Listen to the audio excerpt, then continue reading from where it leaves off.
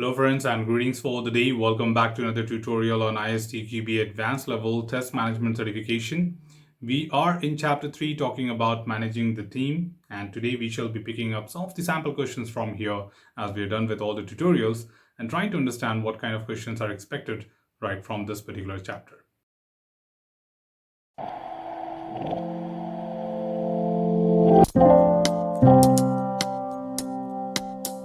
Well, to get started, the very first question we are picking up from right here is on your screen. That is to determine the competence of a new colleague. You have given him the task of analyzing a set of requirements and designing test cases for the system test.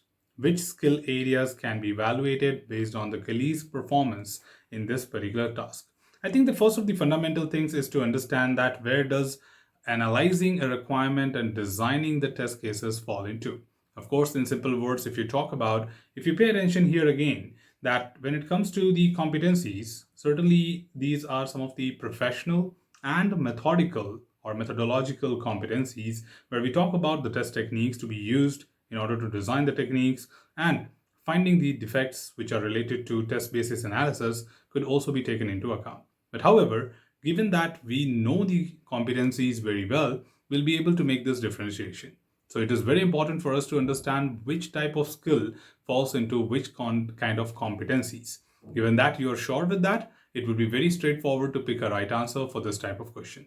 So let's quickly check out the options here. The option A says evaluation of technical competencies based on test cases created and methodical competencies based on queries. I think that has a little conflict here because professional competencies generally include the skills in test techniques to design the test cases, but certainly that's not being discussed here and it is being referred to as technical. However, methodical competencies do consider the other part of it, which is certainly to analyze a set of requirement, but it is misaligned to that of based on the queries which the person has, right? Option B, if you see, it says evaluation of methodical competencies on the basis of findings on the requirements, and technical competency on the basis of selected test technique. If you see, they just have turned around the same option A with otherwise. That is, instead of talking about writing test cases as technical, they're calling it as methodical, which is again incorrect with respect to the skills we have there.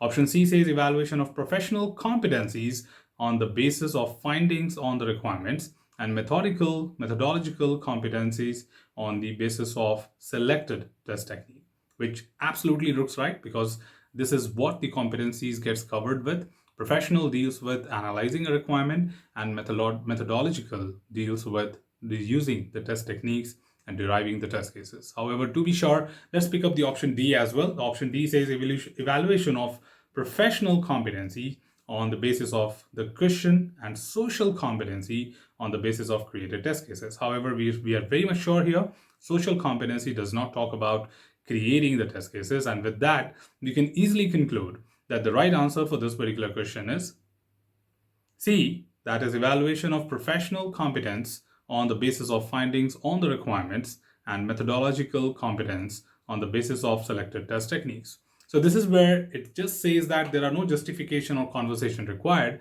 but the better we understand the 4 different competencies and how exactly the skills fit into that, only be the information which would help you to conclude on this particular right information. So let's get into the next question. The number 2 we have for you is again talking about what specific skills we need for leading a team. So leading a team requires specific skills. Which of the following statements about leading a test team is correct?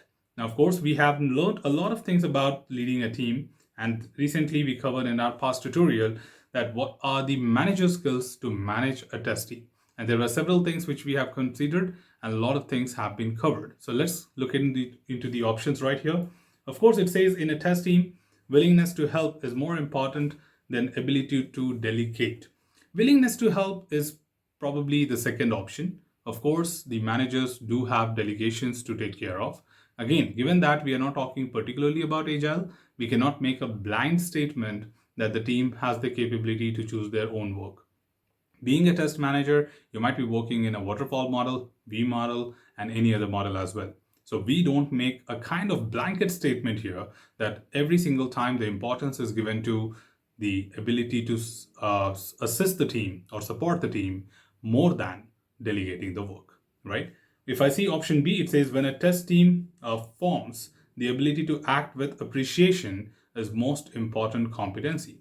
Now, of course, when it comes to the early phases of team formation, the formation and storming, willingness to help in conflict resolutions are more critical than appreciation. Because if you remember that particular concept of formation and storming, we have clearly mentioned that the ability to act with appreciation is needed more during dissolutions of the test team or a test team member. But point being made here is currently we are just leading a team, so we are not having any such situation. So appreciation may not be playing a vital role at this point of time. Let's go to option C. Option C here says that throughout the test team's life cycle, all skills are equally important. Now, again, that particular statement is certainly not making a very, very specific point. The test teams certainly undergo dynamic development processes requiring varying level of different skills depending on the team's current situation. So it's not that throughout the life cycle, they will certainly be having only the same set of skills. People will be upgrading from time to time and learning a lot of new skills to maintain the team dynamics. Now, of course, we are left with just one more option, that is option D. It says the ability to resolve conflicts help to gain consensus around the rules and roles in early stages of group development. And of course, that's something which is making a lot of sense. The ability to resolve conflicts within the test team is especially needed during the storming phases. Helping to establish team rules and roles would be of great suggestion right here. And that is where sometimes the storming, forming, and other things would be very important to take care of when we talk about leading a test team. So, to conclude, the right answer to this particular question is D, that is the ability to resolve conflicts, help to gain consensus around rules and roles in early stages of group development. And that's what we have the right answer as. So let's move on to the next question. The next question we have is number 3, and it is talking about match the following. Of course, one side we are talking about the quality costs, prevention, appraisal, internal failure cost, and external failure cost. Whereas on the other hand, we are talking about the quality related activities. So again, given that we have been very, very comfortable to the definition of these costs, that what exactly each of these costs represent, it would be something simple and easy for you to conclude on that where which activity fits into which type of cost. So of course, we know about preventions, we know about appraisal, we have internal failure and external failure being discussed in one of our very recent tutorial. So we can easily look forward to answer that. So let's go ahead and quickly compare. Of course, if you start with any simple thing, you can say that you can use the same funda. You can start with something which you know very confidently about and then start with the eliminations or matching with the respective option as well. But let me follow the right way. So the question is, which of the following correctly matches the category of quality cost with their respective example of software development? So if you see here, for example, I know what is prevention. Now I can go ahead and talk about performing a product risk analysis. I'm pretty much confident about this, that prevention is all about conducting analysis or doing any kind of review. So when we conduct reviews, when we conduct risk analysis, we are trying to identify those things early in the life cycle which we can prepare for and try to identify them early in the life cycle and eliminate them as soon as possible. By doing that, we are preventing unforeseen situations to happen. So same way, when you're doing review or static testing, you're trying to identify defects early in the life cycle by reducing the cost of fixing a defect later in the life cycle. So let's say, for example, I got one for B, and then I look at appraisal cost. Appraisal cost is related to certainly early acceptance testing for the fast feedback, which might be related to finding defects which you have implemented. Internal failure cost is, of course, the cost related to activities which you do in order to fix the problems. So I can relate this very well to option D, that is long lag time from defect reporting to resolution. Because all the internal failure cost are the things which are related to the activities which are performed in order to fix the problem reported. So be it about writing a defect report, be it about fixing the defects, the time taken to fix the defect, amount of retesting performed, amount of regression testing performed. So all that basically comes into internal failure cost. So of course that goes to D, and then we are left with external failure cost, which can be easily related with the keyword that is customer. As far as you see customer, you know that it is talking about external. So customer complains about poor performance. Here the customer can be end user or can be the real customer as well. Now if you just compile this all together and conclude, the right answer to this particular question is B, that is 1 goes to B, 2 goes to A, 3 goes to D, and 4 goes to C.